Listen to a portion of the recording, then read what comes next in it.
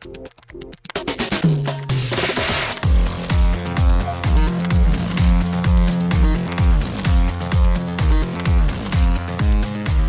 and welcome to Too Fast, Too Forever. There's all kinds of family. We chose this one. This is episode 319, Life in the Fast Lane, number 17, Too Fast, Too Furious, minute 92. Entirely too many numbers there. I'm Joey Lewandowski. I'm Joe, too. And we are here to talk about another... Okay. Remember... I don't remember if it was a Patreon episode. I don't remember if it was a main episode. We're not going to be done with this until November 2024. That's what I thought. That's still true. But what I realized today is what that means or how long it's going to take us to do Tokyo Drift. Well, but because you said you wanted to do 6 and then go to Tokyo Drift. We're gonna do Tokyo Drift next. But I'm just saying, if we're doing like 100 minutes of that movie plus deleted scenes plus whatever in trailers, that's like 110 things every 3 weeks, 6 years doing Tokyo Drift. Like, it's not just that Too Fast is going to take us another year plus. It's that the next thing is going to be double the length of the podcast we've already done. Wow. That's insane. Yeah, that's insane. Okay.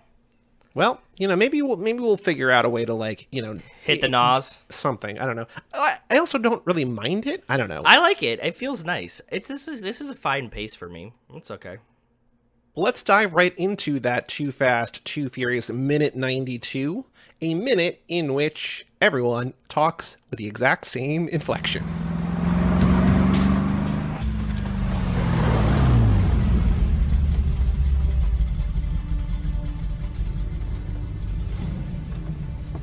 It's all right, let him out. Get up.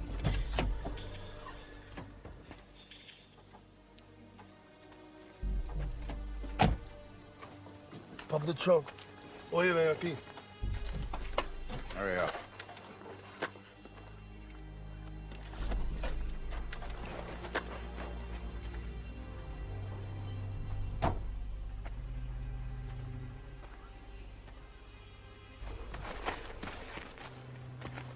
Where's the rest of it? The other car? Another car. Where's the other car? On its way. On the way, huh? Yeah. Here's your money. So you know nothing about the agents that stormed my jet? So in this minute, Brian and Enrique pull up to Tarpon Point, where one of Carter Verone's gunmen is waiting for them with an automatic rifle pointed at their car. Carter and Monica get out of their SUV as Brian and Enrique get out of their car. Brian unloads the money from his trunk, passing it to Carter's henchmen. Carter interrogates Brian as to the whereabouts of the remaining money as the minute ends. And it is amazing to me how both Carter and his gunman and Enrique and Brian all deliver lines with the other car, another car, on its way, here's your money. So you know nothing. It's just like the same exact, monotone delivery. Nobody wants to be acting in the scene right now. I don't know if it was too hot there. I don't know what was going on, but it's like everyone delivering lines with the same intonation. And I was like, oh boy. The main thing that I was thinking as I'm watching this minute is, how does Carter not know that there's a second car? He sends 2 of his henchmen out. He has 2 drivers with 2 cars that he saw them get. How is he so confused? He's like, what other car? Another car. Where's the other car? Yeah. I don't think he's a good criminal. That's probably a fair point. I don't know. I really don't know. I also maybe wonder... I think it's genuinely hard to tell what's going on here because they're not emoting at all. It also feels like, why is it it feels like he is asking, just in a weird, dry, monotone way, where's Roman? Yeah, but he could have said, where's Roman and the other car? But instead he says, another car. Where's the other car? Yes. I don't know. And his inflection at that one is another car. He's inquisitive about that there is another car. I thought you and I had the only cars in all of Miami. Pretty much. That's what I was sensing. Exciting is that there are 3 new henchmen in this minute, including one who has a line of dialogue, which feels rare. It's been so long. If I would have told you that there was 3 other henchmen in this minute, would you have remembered that until you watched it this time? I wouldn't have. There's only one of 2 trivia questions for this, and the one that I wrote down is how many henchmen are there, or the other one is how many bags of money are there, because there's 3 bags of money. But I think what's really funny, so there's Carter has a driver who gets out of the SUV. Yes. There's the guy. So when they first pull up to Tarpon Point, in the way background by the boat, there are two dudes Yes. who, when we cut to the next thing, are no longer there. So I assume they're the same dudes that we see because there's 2 and 2. It would make sense. The one guy sprints up with the rifle, and he's the one who says, "Get out." And then there's the other guy. But what I think is very funny is that third guy, so not the guy with the line, not the driver, but the other dude with the gun, carries 2 bags of money through the scene and then disappears. Yeah. He's 100%. just not there anymore. And I would like to think that he just, like, left with those bags of money. Yeah, that would be kind of cool. Well, I guess I don't, we'll track to see where it goes, but. Because he just carries 2 bags of money through, and then they cut back to Brian, and then we cut back to where he should be, and he's just gone. Like, there were 6 people in the scene, and then there's just 5, and it's like, oh, where'd that guy go? Where'd the 2 bags of money go? Like, presumably to the boat, but, like, we don't see him there. We just see him walk through the frame and then disappear. There's like a guy with a, I think we do see him like boarding the boat at the very end of this minute. Ooh, there's a guy in the background. Yeah, there's a guy in the background that I think is boarding the boat. It's one of the henchmen is like there, but I think that he's either carrying a gun or the bags of money. I think it's the bags of money, and he's like boarding the boat. He's away in the background. Oh, yeah, okay. Behind Carter in the very end. Yes. He's throwing the bags of money over the side of the boat for some reason instead of carrying them on. Yes, yeah, he's just tossing them on. Yeah, because Monica's, you see the boat behind Monica, there's nobody behind her, and then you see the boat behind Carter, and he's behind there. Which is actually a lot more thought and continuity than we normally get, so I appreciate that. Like, it feels like slightly edited where, like, the guys are by the boat, then all of a sudden they're by the car, the guys are by the car, then all of a sudden they're on the boat. Like, it doesn't quite line up, but, like, it's close enough that in a movie that shouldn't care about this, I think you're right. It's like, oh, they're actually, like, showing where people are, like, the extras are doing work in the scene. As opposed to just disappearing. Like, I would assume that they did. There's clothing that I have. I have Carter looking like he's in, like, a night robe, like a nightgown, like a night shirt, like a sleep shirt, like this very... Dude, can I tell you a really random fucking story? Now that you just said that, you unlocked something in my brain. Today I'm driving to work, and it's like, there's a lot of traffic. You know, happens some random mornings. Most of the time, people like to work from home, and some days they all decide to work from work, so it gets really weird. I'm always driving in. Anyways, I'm driving, like, to work, and on the side of the highway, I get on the highway for a tiny patch. On the side of the highway today, like, I see all these cars pulled over, and it looks like, you know, like somebody must have braked, and it was like 5 cars, like a lot of bumper stuff. The guy standing on the side of the road is full on in, like, a full brown Jesus outfit. Ooh. It like not a white one, but like a brown one. And Okay. now that you say that, the Carter thing, like the very flowy shirt, it was like a shirt that was like very flowy and long and like down to his knees. And then also like very flowy and long pants. And I was like, where could he have been? And it was like a white guy with long hair. So I'm like, where could he have been going? And it was brown, not like a cream or a tan. Going to church. Yeah, going to spread the gospel, I guess. Without looking at the notes, do you remember how many of Carter's 7 buttons are buttoned? I would guess 3. Which 3 do you think they are? The bottom 3. Oh, no. It's 3, 1 up from the bottom is what Spot I'm on. going to guess. Spot Did on. I really? I wasn't cheating. I was just absolutely just guessing what they would have dressed a Miami Latino villain as. Yeah, no. As far as I can tell, the bottom one might also be buttoned. I'm not sure, in which case it's either 4 of 7 or 3 of 7. But as far as I can tell, 3 of the 7 are buttoned, 2 through 4 from the bottom up. He's got the loose white pants on, the white shoes. Like, Monica, this is the Cara Regan chunky belt, right? Like, this is that look. Yeah. She's got the high heel, like the platform shoes with the open toes. Like, she is, like, there to look good. He's like, I just rolled out of bed. I'm a millionaire. I don't need to dress for shit. I'm going to wear this, like, super comfortable shirt. Like, it's funny to me that, like, that was probably like, the best day on set for him because he just, like, gets to wear, like, super comfortable clothes. Yeah, and everybody else is really hot and trying to get out of there. Yeah. I got the clothing for the driver and for the gunman and for the henchman and the dialogue and all that stuff. But what did you notice? Because there's not a ton going on here for you. I know you have some stuff written down. I added a little bit to your top note here. But what did you find in this minute? Thank you. I was very, very shocked by all the shipping pallets. There's just a fuck ton of them on every which side. Didn't notice that before. Seafoam Green Beach Shack. Got the guns. there's something written on the side of Carter's boat that is going to let me figure out what kind of boat this is, but I cannot read it yet. It was too far in the distance behind him, and the focal point was on his face, not behind him. But I think that when they jump the car onto it, I should be able to get a nice read of what kind of boat this is, and I'll figure that out. Something I did notice that was weird. Wait, are boats in the Internet? I know the answer to the question. It seems obvious, but they're not in the Internet Movie Car Database. Is there an Internet Movie Boat Database? I checked today to not fuck this up. And I think there is an Internet Movie Boat Database, but it does not have Too Fast in it. Seems like an oversight. Okay. Yeah, I mean, it's like a Wikipedia page, so. Wes, you got a job. No, it's a wiki about like much like the Internet Gun Movie Database and the Internet Aircraft Movie Database.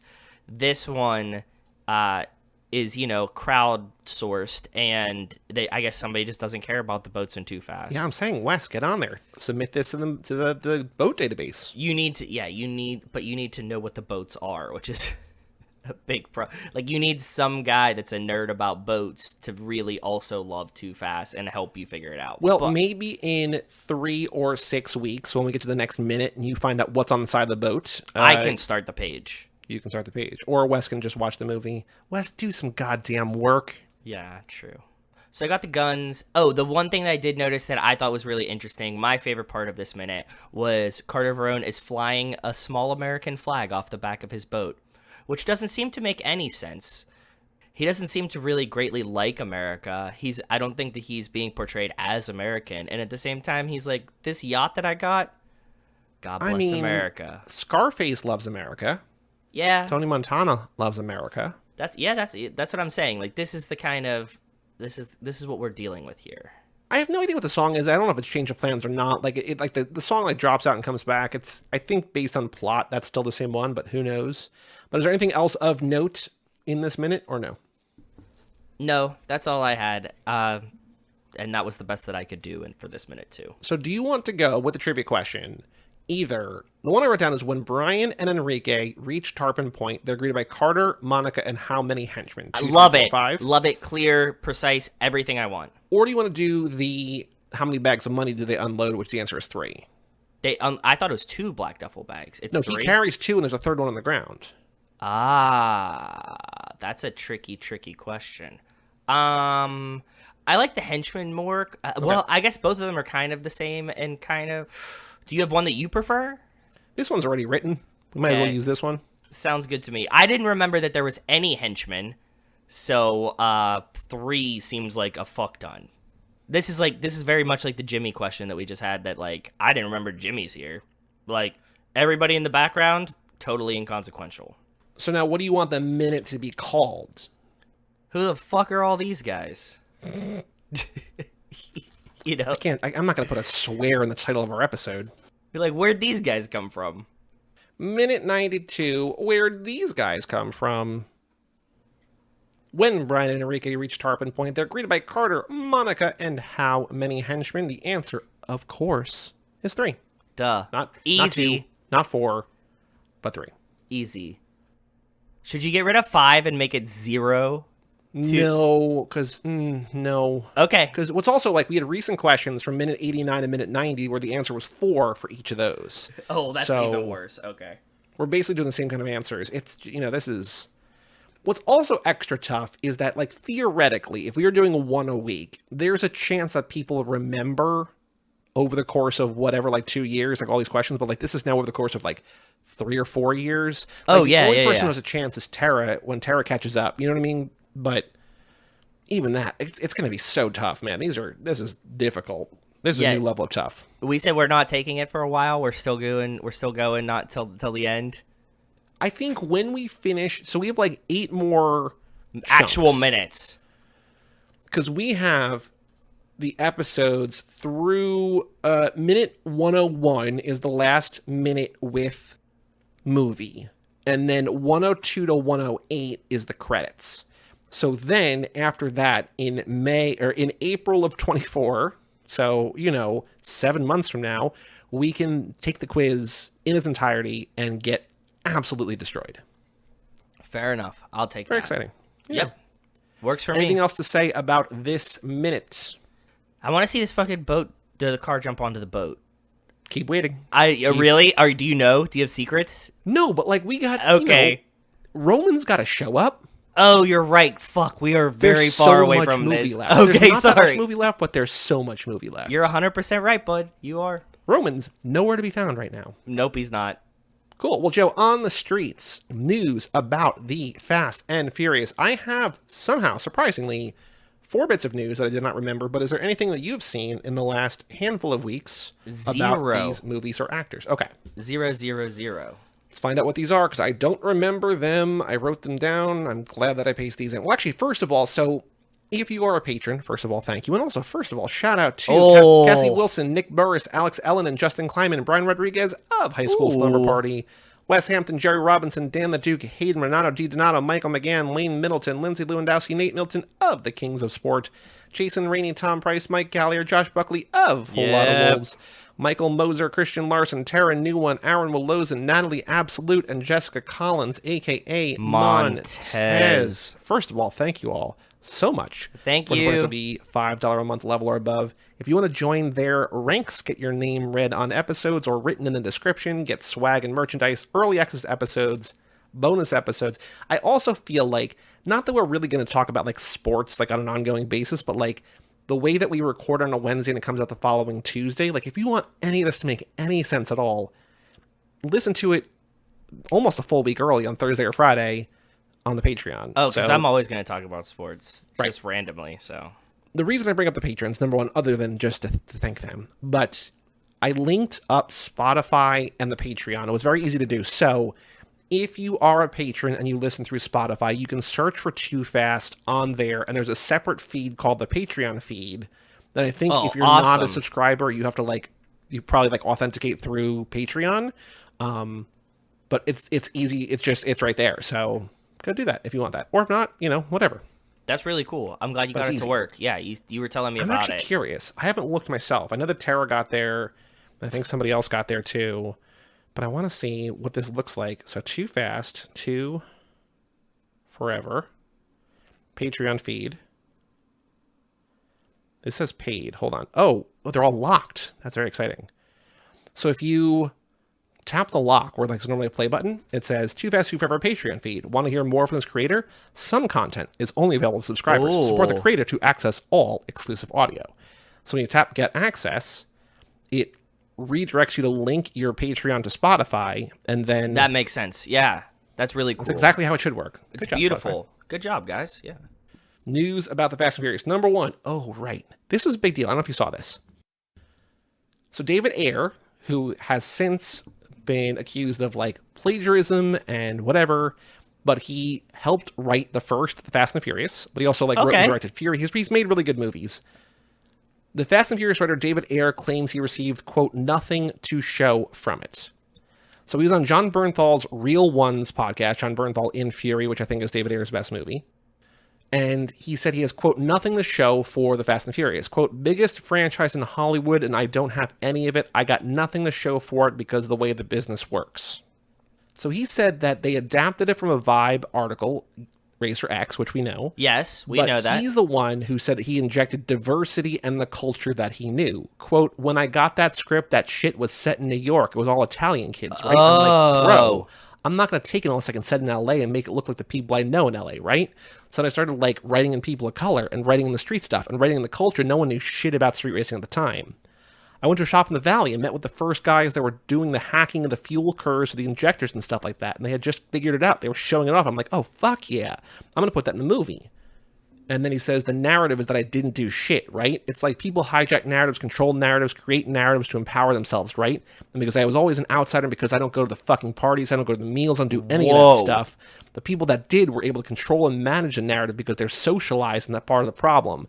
I was never socialized in that part of the problem, so I was always the dark, creative dude. Beware. Fuck all the middlemen, right? I get it. It's up to me. I got to self-rescue, right? I can fucking whine and get shot at in all the rounds I've taken over my career. I've got to self-rescue. I've got to create an ecology where it's safe for me to be creative, and that's it. That's what I'm doing now. It sounds like he's just whining now, but, good on you, man. Yeah, that definitely sounded like he was whining. I agree with you, Joey. like, I know that there's, a bunch of writers who write movies, and I'm not trying to take this away from him. Like, if he did all that, he should get a piece, but, like... It seemed that he's harboring some pains somewhere. Yeah. That seemed like a problem bigger than the Fast and the Furious if he starts bitching about not being in the culture of the industry. Yeah. Yeah. That's his outlet for it. But he seems like he's grumpy about something else. I can't imagine what the franchise would be like if it was all Italian kids in New York. It probably wouldn't be around anymore. It might be, but probably not. I don't think so. I don't know. It would have been a vastly different movie, and if he takes credit and he's correct about one of our favorite parts of the franchise in the movies, then thank you. I appreciate your work and contribution, and I wish you did get more respect for it. Next bit of news. So, spooky season is nearly upon us. Oh, it is. Hooptober is also. Okay. So, if you'll remember, Sung Kang is doing a movie. He directed a movie called Shaky Shivers, which is coming out, or is out. I think it's coming out. I don't think it's out yet, but it's coming out this fall. Okay. And Hooptober on Letterboxd, one of the bonus movies is Shaky Shivers, because the guy who puts Hooptober together has some kind of partnership with a streaming service. And, like, if you want to watch this, there's, like, a free week code or whatever. You can sign up for this thing. Oh, very cool. It's on there or going to be on there, whatever. So, anyway. What's the streaming service that it's going to be on? Sorry, don't mean to put you on the spot. I'm doing Hooptober.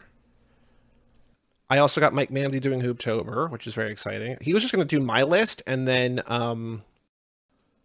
he's like, I'm going to do my own. Good, awesome. That's cool. So Shaky Shivers is going to be on Screambox, which is a horror streamer. Oh, fun. But yeah, so if you go to, if you want the access to that, it's on Cinemonsters, Letterboxd, but Screambox as a partner, you can use a link for a complimentary trial and watch Shaky Shivers. So I'm sure he gets some kind of kickback or whatever. People stick around, which is fine because it's cool, whatever. But Shaky Shivers, if you want to sign for a thing, watch it for free, blah, blah, blah, there you go. But anyway, to promote the movie, Sung Kang is doing this press tour, press junket, interviews, whatever. Okay. Although I don't know how you can do it because they're supposed to be on strike. Maybe directors aren't on strike, so maybe he's talking about it as a director. I don't know. But he told Collider, they're like, what role would you want to play? What's your dream horror role? And he said, do you have any guesses what famous horror role Sung Kang would want to play? I'm going to take a guess that he kind of wants to be Freddy Krueger. I don't know why, just gut feeling. Quote, I'd love to play Freddy Krueger really? in Nightmare on Elm Street. That character was just so fun. Having experience with prosthetic makeup and sitting in the chair for 4 hours like I did in Star Wars, that's the only part that I kind of wonder if I have the stamina to sit in the makeup chair for months. But that character was so fun. Sweater to this day is so iconic. The knife fingers, that's on the bucket list for sure. Awesome. Wow. What a call, too. Yeah. It just had a feeling like that would be one that you would aspire to do. Well, Michael Myers is behind a mask. Jason's behind a mask. That's what that was it. He has the burn, but you're still theatrical and whatever, right? Yeah, if you want to be Pennywise, same thing. Too much makeup, too much costume. Freddy Krueger is still a face, right? Mm-hmm. The last bit of news that I have is, this is also actually for real about the Fast and Furious. Jason Momoa's Fast 10 villain Dante, quote, will truly evolve in the sequel. I did see this. Teases Louis Leterrier. This is on Empire Online. So Leterrier is speaking to Empire in their Dune Part 2 issue. He says, let's do something else. He teases of where Dante goes next. Quote, it's never twice the same with him. Dante will truly evolve. Let's explore something we haven't seen before. Quote, he was fueled by vengeance. He could have played a dark, angry, but it was interesting to play with the duality and the push-pull within that character, where within the same sentence he's laughing and feels the pain of losing everything.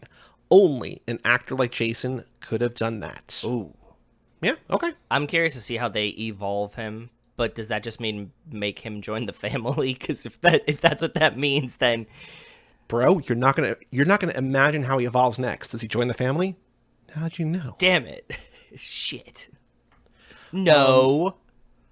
That's definitely not what happens. Yeah. I don't know. I guess learning character, humanizing him, empathizing him as a villain. Because we don't give a shit about Reyes. We kind of care about a guy who loses his dad and wants vengeance, right? That's a story, but Yeah. I don't know. Maybe.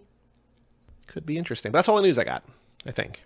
That was pretty good news. I like Which, that. again, surprising amount of, I mean, it's not Goodles and it's not, Bow Wow getting deep faked or whatever on Instagram, but, like, news. Yeah. Exciting. Yeah.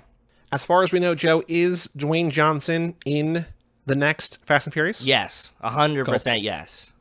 Well, we also have the Patreon page, toofast2forever.com, and an email address, family@cageclub.me. We also have a Discord, which is cutting down on the mailbag. We do have one email to read today, but if you want to just chat with your fellow Too Fast, Too Forever family, DM And us. We'll us. send you a Discord link. Yeah. Us, them, and they talk. It's like Wes is there. Everybody talks. Jason. Yeah. It's cool. It's Sarah's actually really there. good. Yeah. Mark Hoffmeyer's there. Mark Hoffmeyer did pop up, but I totally forgot that he was there. He He joined for, I think, a family watch party. He just, chimed in. She's like, oh, shit. Very cool. Yeah. So the email that I have now is from Aaron Willozin. He says, all right, What's up, guys, I've Aaron? had some time to think, so here goes. Okay. Fast 10 ends, Dom and Little B are downstream as the dam goes. Yes. End of movie, right? Yes. Fast 11, question mark, he's not sure because, who knows, whatever, picks up exactly where we left off. Dom and Little B hear a car, and as it gets closer, we see it's Brian. He brings his Skyline to a J-turn stop like in Too Fast in the dirt. A door flies open. He yells, get in, just like in the previous movies. They pile in the car, wheels spin, nitrous flows. With Brian driving, they outrun water. They crest up a hill, meet with the rest of the crew who escaped in the lifted Jeep that was in the cargo bay of the plane. Everyone lives, obviously. That would be an epic start to the movie. Thank you. Didn't somebody else just mention that they think Brian picks them up at the end? I just don't know how they can outrun the water, because Brian needs to be there sliding with the door open, already have yelled, get in, and they need to grab them, shut the door. It's a lot to ask for. I don't know. Because they're racing the bomb down in a car as they're coming. Right. So for Brian to come out of nowhere, scoop them up, for them to get in, close the door, and him drive away 60 or whatever. Yeah. I think they're all drowning. But but I agree with you that I think that this is the most likely beginning of the movie either way. I will say, though, maybe they're going to channel their inner Bruce Lee and just be water. And it's what does that mean? Well, just, be water. Yeah, be water. Be water, my friend. I'm not going to read it on this podcast. We got two other emails related sort of in our orbit. Number one, we got emails for the Gosling podcast. We'll read that on the Barbie episode. Another Barbie's out on VOD. We'll get to that pretty soon. Yep. Also, Natalie Absolute, who is a patron, emailed family, but about Keanu Club. And so, I don't know if you know this, but there's a very early Keanu movie called Dream to Believe, a.k.a. Flying, a.k.a. I Dream of Flying, a.k.a. American Dream. It has 4 titles. I think you've mentioned this before, and I only remember it because of that. And every movie that has multiple titles that have nothing to do with each other is a good sign for me. Go ahead. It's one of Keanu's best movies. Okay. And we had Jordan on the episode as a guest because it was about gymnastics. We're like, we know it's about gymnastics. Please be a guest. Yeah. And she does loved this circus. movie. She does circus. She does circus. And Brian eventually covered it for Slumber Party, and me, Mike, and Jordan went on there. And so since that, there has been a Facebook thread called Hot Dog, where the three of them talk to each other about all hot dog related things. And I was like, and you know how I feel about Facebook threads that aren't messages to me. I'm just like, Joey loves too them. much noise. Joey loves them. I'm like, send him guys, more of those. Start more group chats about things and on Facebook for Joey to read. He loves guys, it. I love you all, but I beyond muted this. It goes out. I don't even get notified anymore. So Natalie wrote in an email about this, and I screenshotted it and I put it in that thread, and I saw them respond like, "Ooh, a ghost! He's back!" And then I just archived the thread again. So I just dropped this note.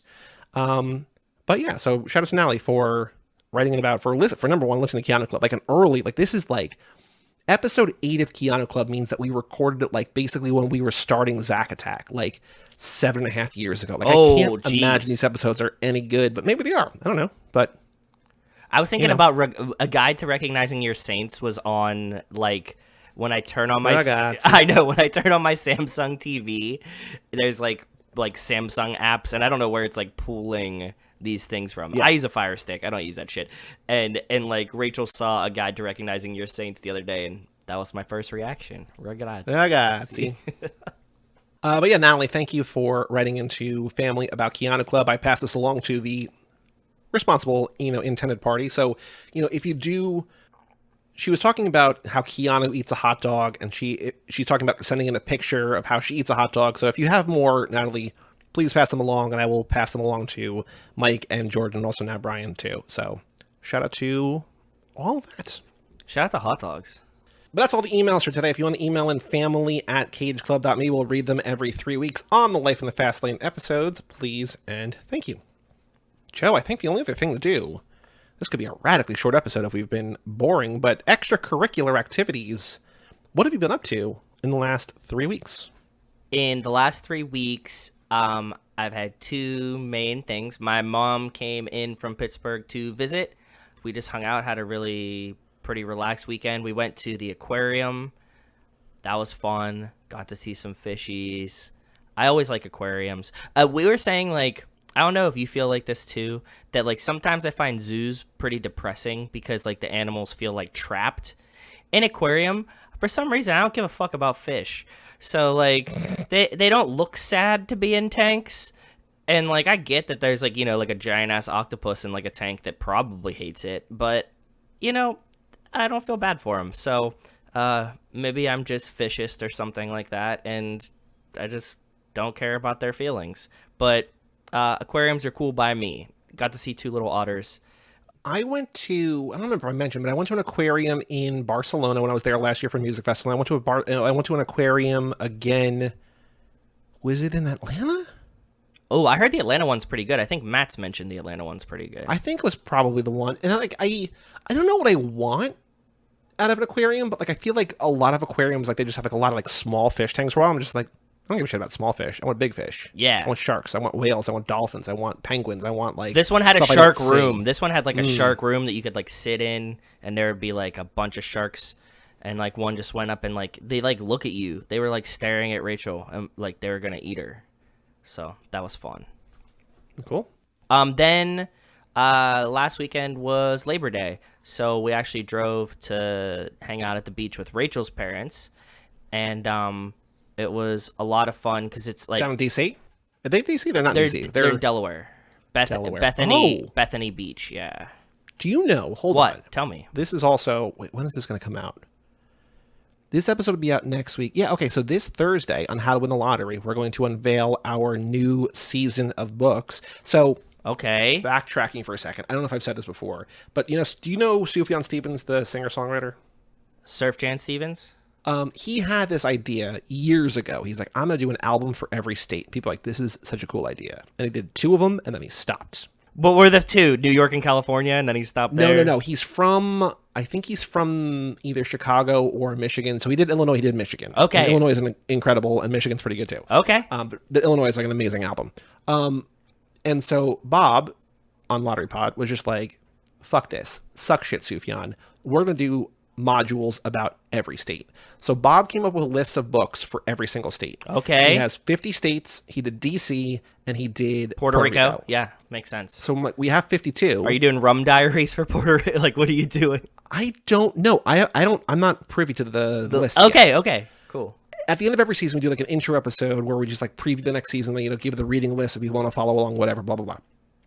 So what we do now after these longer seasons is I have a deck of cards, and we draw a card from the deck. There's two jokers in there that are wild card that Bob does a new list of books every time for those. And I have a spreadsheet where every card is affiliated with the state. And so you draw like the 7 of diamonds, like that's whatever. That's Texas, and so yeah. The first state we did was Louisiana. And the second state we did, which Bob said was like the hardest state to do a module for, which we're going to start next week, is Delaware. Interesting. Because there's like not that there's no culture in Delaware, but like the culture of Delaware is like companies go there because there's no tax. Like it's just like. So the first book we're doing, the episode that we recorded already, is Fight Club, which the movie takes place in Delaware. Yes. But the book does not. So like we are reading it, and he's talking about how he's like flying west, flying back home, and I'm just like, well, because like Chuck Palahniuk's from like Portland, he's like from the Pacific Northwest, and this probably takes place up there. But anyway, the next 3 books that we're covering for Lottery Pod are all about Delaware. So if Rachel's parents want some sweet, sweet Delaware literature, point them our way. Fight Club. Girl, do we have a book podcast for you. Yes. That's really funny. I didn't think about this. So we were down. Because they used to live in DC, but then they moved to Delaware. They still have both houses. They bought the house in Delaware because got it. they're going to retire there, but they like do a swap and they like, yeah. So cool. Okay, so went there, and Labor Day is like pretty much like the end of the season there for like the end of beach season, right? It's like the last hurrah. So they had their 4th of July fireworks got canceled for some reason, so they did the 4th of July fireworks this weekend. Like as a town, like as a whole. Yes. Yeah, like cool. Yeah, so like they postponed theirs and they're like, we'll just do them on Labor Day instead of 4th of July. Sorry, guys. Cool. Yeah, because there was like some weather issue or something. I don't know. So we got to see the fireworks and pretty much just hung out on the beach and drank beers on the beach, which I really like for not being a beach person. It's starting to creep up on me. But I do have to kind of. I mentioned this today to Justin Kleinman when he messaged us on Facebook. Mm-hmm. We ran into 2 different peoples this weekend that were elders that had mentioned that they did not enjoy Barbie at all. So the first one was this woman. She's sitting there and she's like, I heard Barbie sucked. And I was like, do you talk to only fucking yeehaws? And Rachel was like, like just totally judged me because that just slipped out. And apparently the answer was yes. And then somebody had commented on Rachel bought pink, Barbie pink Birkenstocks after we saw the movie. And somebody was like, oh, these are like Barbie the movie. And we're like, yeah, did you see it? And they were like, we will never get that time back. And I was like, that is a wild take. And that's what I said and then walked away this time. And instead of accidentally being confrontational. So it is true. Somebody is telling the olds that Barbie was really, really bad, and they're believing it whether they have seen it or not. Well, the buzz about Barbie is that it's getting banned in like very right-wing countries for like saying that it's okay to be gay. You know what I mean? Like there's definitely like pushback against this movie for like treating people like people. So I can totally see why that would get, rung up the ladder or whatever, right? Rachel was like, I didn't expect everyone to hate women, but alas, everyone hates women. alas they must. Like even older women. So okay. Watching things wise, we watched something that was interesting on HBO. They had a documentary about Bishop Sycamore. Do you remember this? Did you see the documentary? Did not see it. Who or what is Bishop Sycamore? I don't remember. The name sounds familiar. Okay, Bishop Sycamore was a high school football team that was on ESPN playing the best high school football team in the nation. Okay. Because it got broadcast on ESPN on some random night. Everybody started watching it, and this team is getting fucking dog walked. Very quickly on the broadcast, they realized this is not a real school. There is no school attached to this. This is a fake, made-up school run by a con man. And then, as they started... So who are the kids?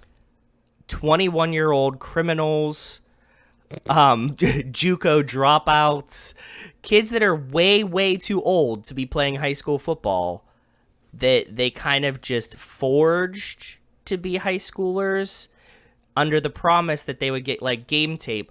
So there's a documentary about it on HBO Max called BS High or something like that, right? And okay. One of the quotes from the head coach that devised this whole plan, set up the fake school, all these things, is interviewed in this documentary. Okay. He's like, I'm doing this documentary to like tell my side. Sure. Yeah. It is not good for him. That was not a good choice. But one of the things he says is where does it say it's illegal for 21-year-olds to play high school football? And they're like, in the rule book for the Ohio Athletic Association of High Schools, that's precisely where it says you're not allowed to play high school football anymore. Now, show me in that same book where it says a dog can't play football. Yeah, pretty much. So it was really funny. Like the story is like comical. There was tons of memes about it. It was a big internet sensation. And I was like, I'm gonna watch this because this is gonna be funny. And it's like pretty funny until it becomes super duper depressing. Oh, I'm sure. Because he like then got these kids like ineligible for actual college ball because they like were playing on his team and broke the rules. He opened all these PPP loans in their names because he stole their social security. It's like it gets bad and worse and worse. And I actually left it feeling very depressed. So I can't recommend it. Although the story is fun, and go look up the story in memes because Roy, what's his name, has been popping back up with football season starting. Everybody's saying that like every time that there's like, you know, a shitty team, a shitty coach or something, they're like, this guy must be on the sideline over there. It's pretty funny. Yeah. But watching wise, Did you guys finish Hard Knocks? we did finish Hard Knocks. Did you finish Hard Knocks? I did. So what's your overall takes on Hard Knocks? Because you hadn't watched it when we talked last. I had watched the first two, and you had only watched like the first one or something. I only watched the first one. I watched 2, 3, 4 this week, and then I watched 5, the finale last night. Okay, You were and like, the second episode, not really about Aaron Rodgers. It's still like very heavily about Aaron Rodgers. Like it's also about Q, but like it's also like it's a not lot. on. But Quentin Williams, yeah. I think it's good. I think again, it's like one of the better teams theoretically, like that Hard Knocks has probably ever covered. Like they're probably gonna, I would think, unless like he gets hurt or like something drastic. This they're has gonna make the huge. playoffs, probably. This has huge summer Super Bowl vibes to me because they did this. They do this every year. Like the Browns were like summer Super But like Bowl it darlings. actually, like they actually have talent in a way that these other teams, They like do, every time but you watch he Hard went to the Knocks, you're like, this AFC. team is going to be really good. I know. He went to but the AFC. still. He has to play Josh Allen twice this year. He has to play like this isn't. He has to play Wild Bill twice this year and the Dolphins twice this year. This isn't as easy as everybody's hype on them about. But you know, whatever. But what I think is, I don't give a shit one way or the other about the Jets. Exactly, Like, just yeah. fine, do your thing. Yeah. Whatever. What I think is very funny though, when we started talking about this a little bit when we talked about Hard Knocks 3 weeks ago, is that like they've chosen to focus on other things. So instead of focusing on cuts and focusing on like the fringe players or whatever, they focus on the stars now because of the way the NFL does it. But like what that meant to me was this 5th episode was like 42 minutes long, and they spend 4 minutes of it walking down an empty hallway, and they spend another 5 minutes at the MJ Broadway musical. I said and they spend this. another 4 minutes with Aaron Rodgers telling a UFO story. And I'm Yes. like, you have no more story to tell. Like this doesn't have to be a 5th episode, but like they need it for a 5th episode Because You know what I they're mean? not Like, doing cut day, which I actually find very respectable too. I'm with you. Like the cut day is kind of fucked up. Like you're like, it's like watching people live get fired, right? Yeah. Like it's not comfortable for. It's like, and not only are you fired, you're like fired at your dream. But like what they usually show is that like those guys sign to a practice squad somewhere else. Like that's always Whatever, like it's yes, never always yes. like truly like a real depressing story. Like it's whatever. But they kind of showed 3, right? And like 2 of them made the team and 1 didn't, right? So Yeah. No, he still signed on the practice squad like at the end Yeah. or whatever. Yeah. So like they didn't, you know, they're building the team that they want to keep around. I get it. And the 2 wide receivers that were like fringe wide receivers turning out to be like best buds is like a very cute storyline. I like that a lot.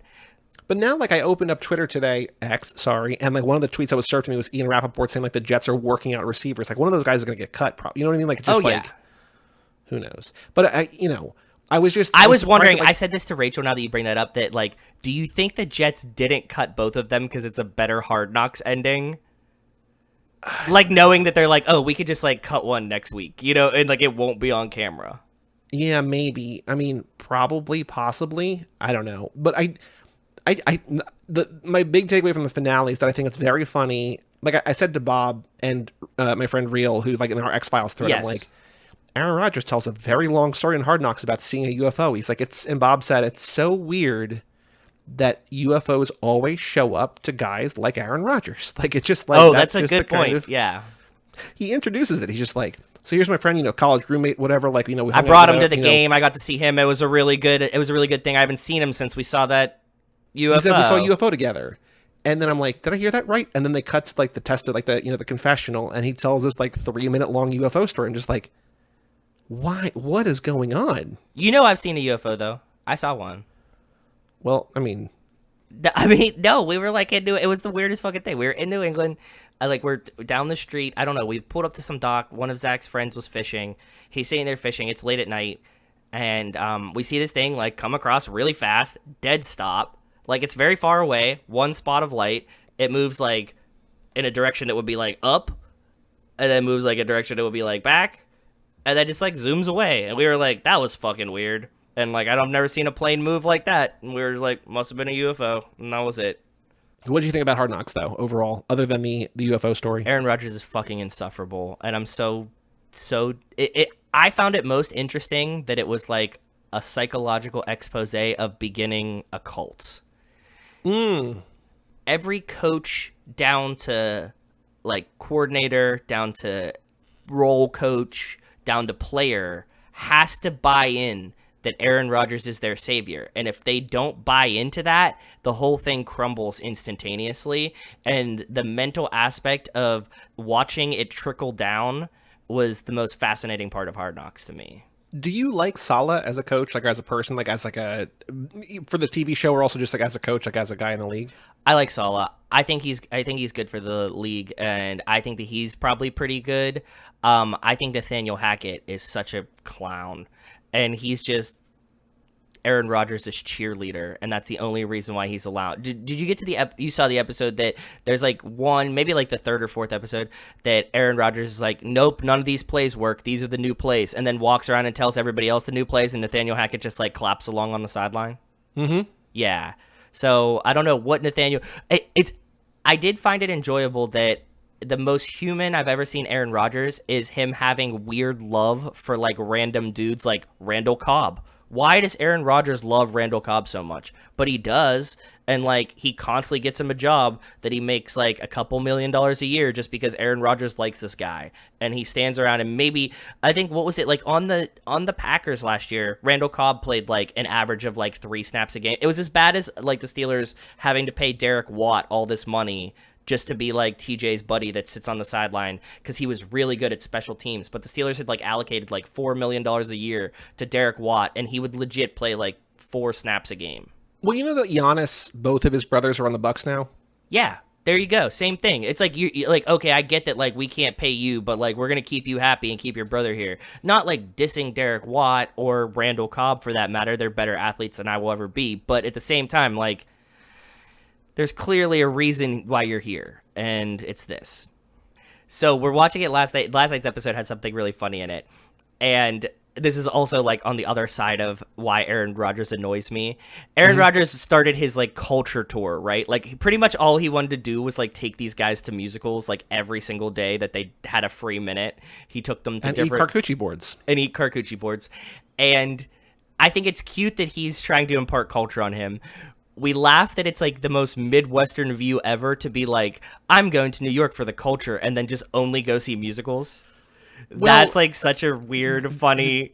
There's that. Okay, so a couple things I want to Yes, say. go Number ahead. one, drives me crazy at the New Jersey erasure. They're the New York Jets. Let's see them in New York. It's like They're all in you play Jersey. New Jersey. And they're all in Jersey. They're all living in Jersey, driving in Jersey. Okay.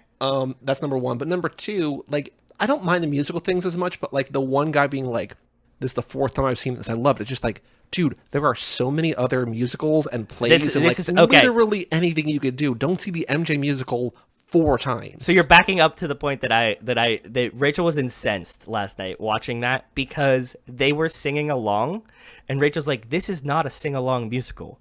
You do not just sing. That's like going to like reacting like you're watching The Room in a new movie. Like, people aren't paying for you to sing the songs. Like, we know that you know the songs, but you don't sing along." I wonder if that was like, because they show in the lobby like they're getting like not hounded for autographs, but people are like, oh my god, sauce, whatever. But like, they had cameras, the lights were up, like they were showing, like it felt like it was maybe like a closed performance. That's or, what I like, thought too. But even still, she's like, "Shut the fuck up!" In this, like, you don't sing at the, you don't come to, like, we get that you know the music, right? Like, stop. So she was laughing about that, and I also thought it was really funny that Aaron Rodgers takes them to go see Michael Jackson, and in the scene they play the "doesn't matter if you're black or white" thing. Like, this was such an on the nose. Remember the Titans come together.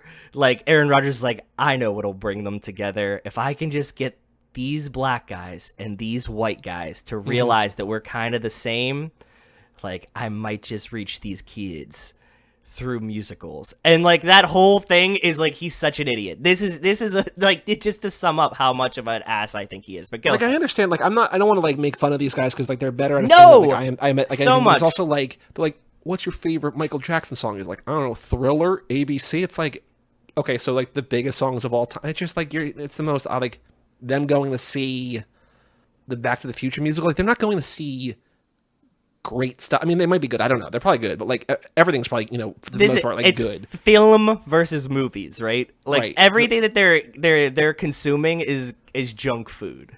Yeah, like I'm not saying you go see like Leopoldstadt that I went to with Bob, and I'm just like, this is so boring. Like I don't like, but it's like it's winning Tonys or whatever. Like don't see that, but like see something that's not. I know that movie. Lion I'm gonna go King. see that on stage. Yeah, Yeah. right. I don't know. Funny though. But yeah, you know, good luck to those New York Jets. Good luck to the Jets. Jets are my favorite fan base in the NFL besides my own. They are the best fan base that I've ever dealt You with. love Fireman Ed. You won't stop talking about how much you love Fireman Ed. I don't really know who Fireman Ed is, but just You know Fireman Ed, right? Or no, you don't know him? is a super fan, a Jets super fan, I'm guessing. He's the guy who wears a fireman's cap or like, you know, a white hat with like the green logo, and he wears the Jet, and he's got like a custom jersey, and he's the guy who leads the JETS chants, or he did for a while. Then he and the Jets had a falling out, and then I think remember he came this part back. of it. Yes, you're right. He No, did. but he was the guy who like would sit on his friend's shoulders and like get the crowd into it. But he was Fireman Ed. Like he was like the Jets fan. And then like they had a falling out or whatever. Just like how the Vikings and like their, you know, whatever their Viking, you know, the Yes. Norse guy who Yeah, like dressed like yeah. they wouldn't pay him or whatever, and so he left, and he's not like a Packers, like whatever. Who gives a shit? But like Red yeah, Fireman Extreme, Ed is, like, Red the Extreme, Jets and the fan. and the. Do you remember this? The whole saga. The Chiefs kid just got arrested. The Wait, what one Chiefs kid. Oh, I forget what his super fan name was, but there was a Chiefs super fan that would wear like a big bad wolf mask, and then he would also go rob banks in a Chiefs jersey and Yes. the big bad wolf. Yeah, They that just rules. caught him.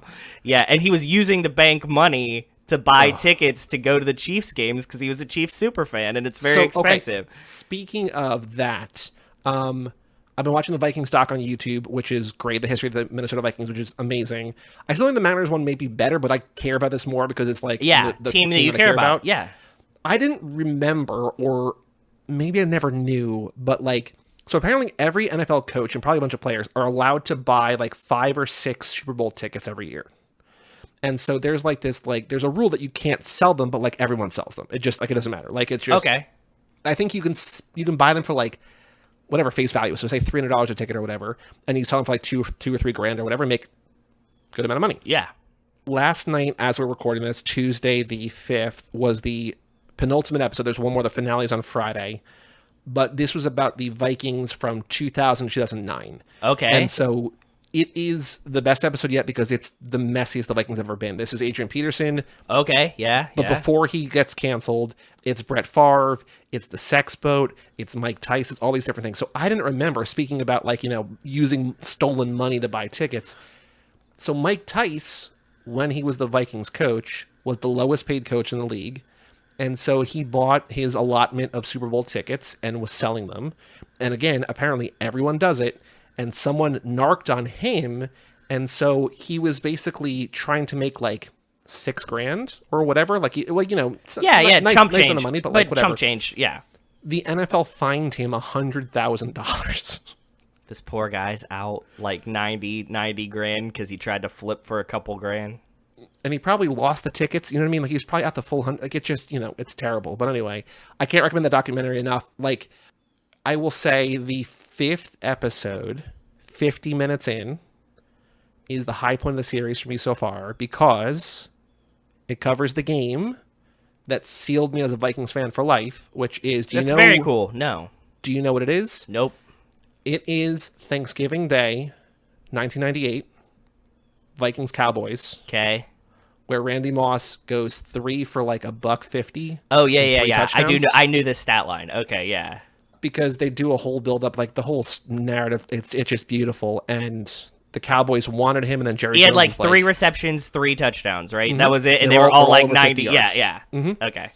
because so they give the backstory of Randy Moss, but like he smoked weed once, he got into one fight, and then he had like this history of violence and drug abuse. Yes. And Jerry Jones like very publicly was like, we don't want that kind of player on our team. Ah, yeah. And so Randy was like, fuck them Cowboys, and just torched them. That's awesome. And I remember, like, we were always down at my grandparents' house for Thanksgiving, and I think my mom was sick that year, so we didn't go. So I remember being home and watching this team that, like, I was just rooting for the first time ever, and, like, watching that game and being like, this is unbelievable. This is the coolest thing. Like, at 10 years old, like, watching this guy just, like, what they keep saying, like, a man among boys, I'm like, this is the best thing in the world. So, but they spend, like, 5 minutes on that game. I'm just like, this is so good, man. That's so awesome. Very cool. I'm very happy for you. Yeah. The finale again on Friday, but they're all on YouTube. Like, the first like 3 are about an hour, and then the last 3 have been like an hour and a half. The last one was like an hour 40. I think the one on Friday's been like an hour. Like it's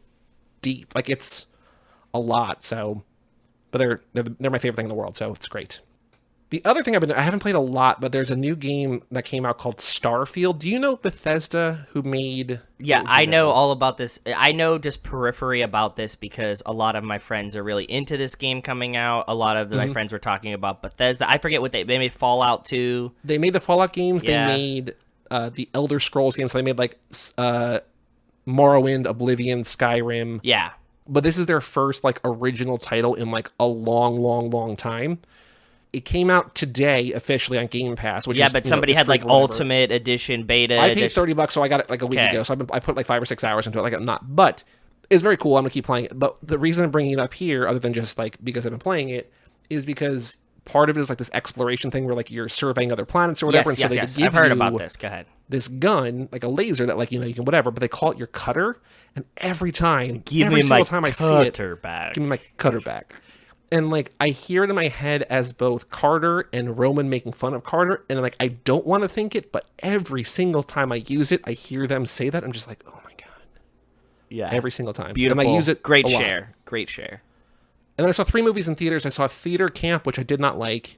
Rachel might like, I think. It's just about, like, nerdy kids, like, at a theater camp. Okay. I just didn't think it was funny. Like, it's filled with people I like. Didn't think it was funny. Okay.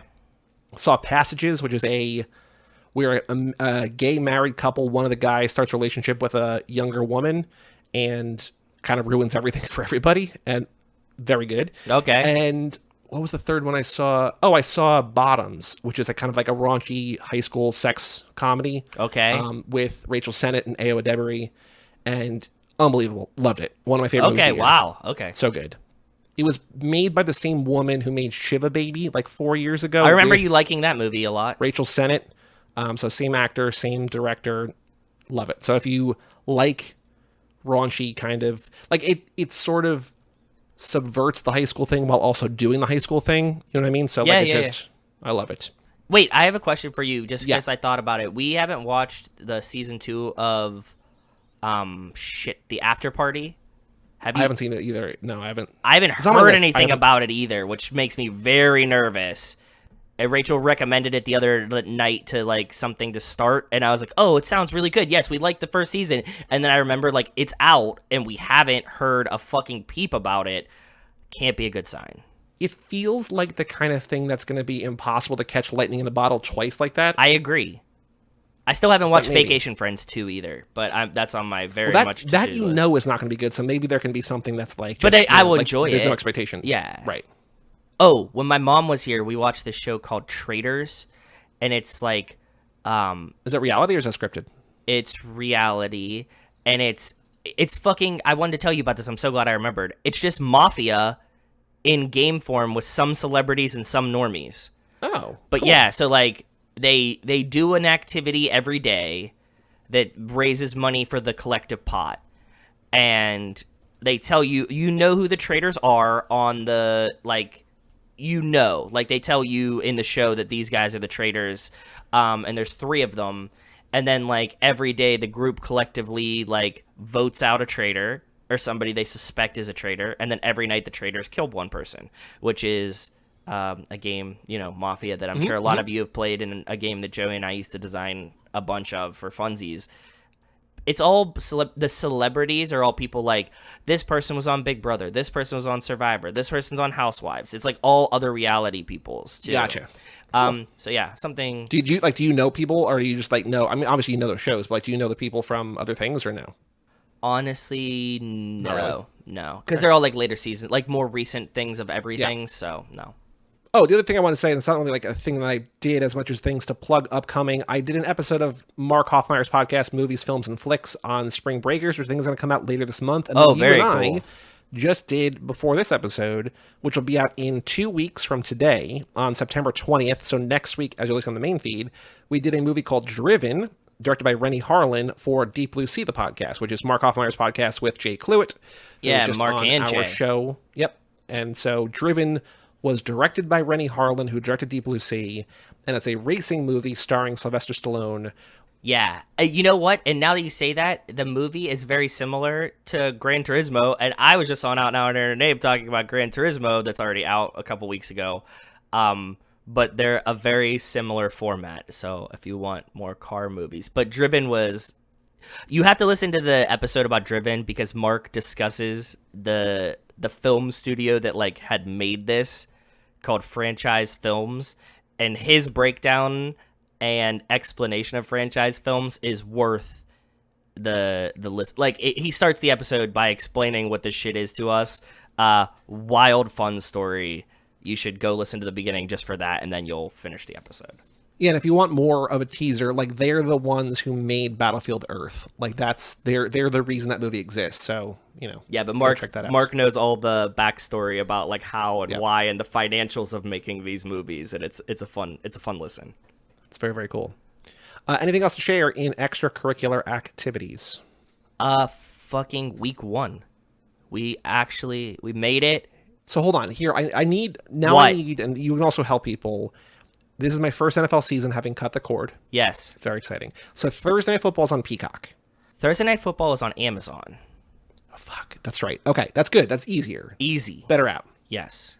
Sunday Night Football is on Peacock. Yes. Monday night.